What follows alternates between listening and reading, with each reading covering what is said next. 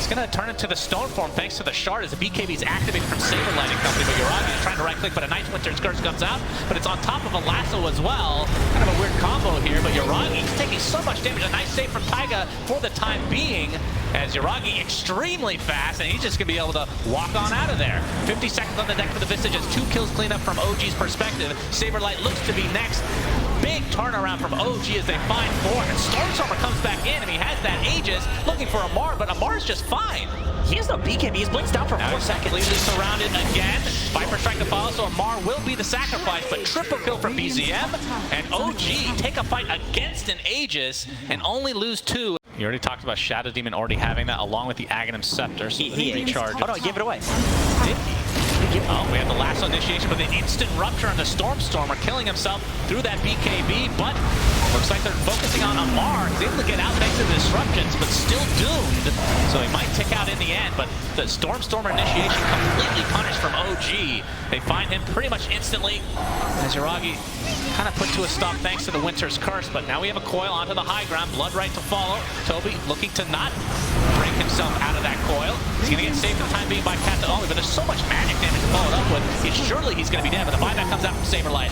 And now, see the Echo Stomp from Seb onto 2 heroes as Tobi stuck inside the BloodseeKer. He's silenced from the Waning Rift, but has that Soul Assumption to follow, and the rest of OG now on the run because that's 2 buybacks coming out from Entity, and Seb will be punished, but again, that's just 2 supports dead as Entity kind of gets the recipient of the shard, so they're going to be able to push these towers way faster now that Poison Attack does work against them, along with the minus armor aspect.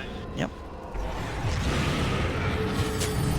And Yuragi, oh, he's going to get lasso to start things out. He's kind of separated a bit here. SabeRLighT comes in as well, looking to get the Doom off, but not needed. And BZM, he has to be careful because there is still actually getting some backup from his team. Looks like they're going to focus on Fishman instead. He does get off the ult this time despite the break.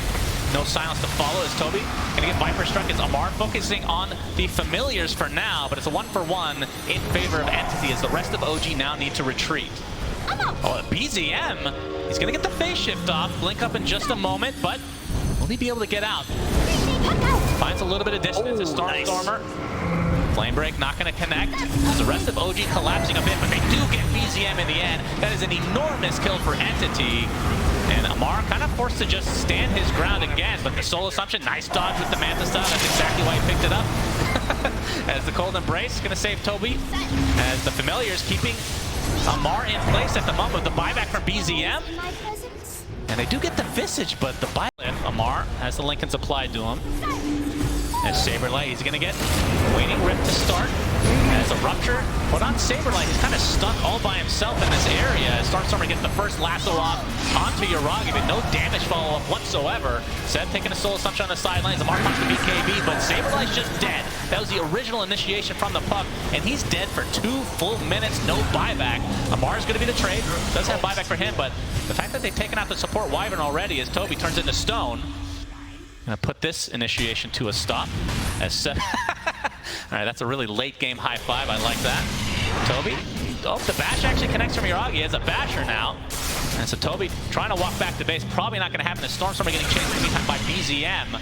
As that BKB activated, looks like he's going to be fine, but Tobi not so much.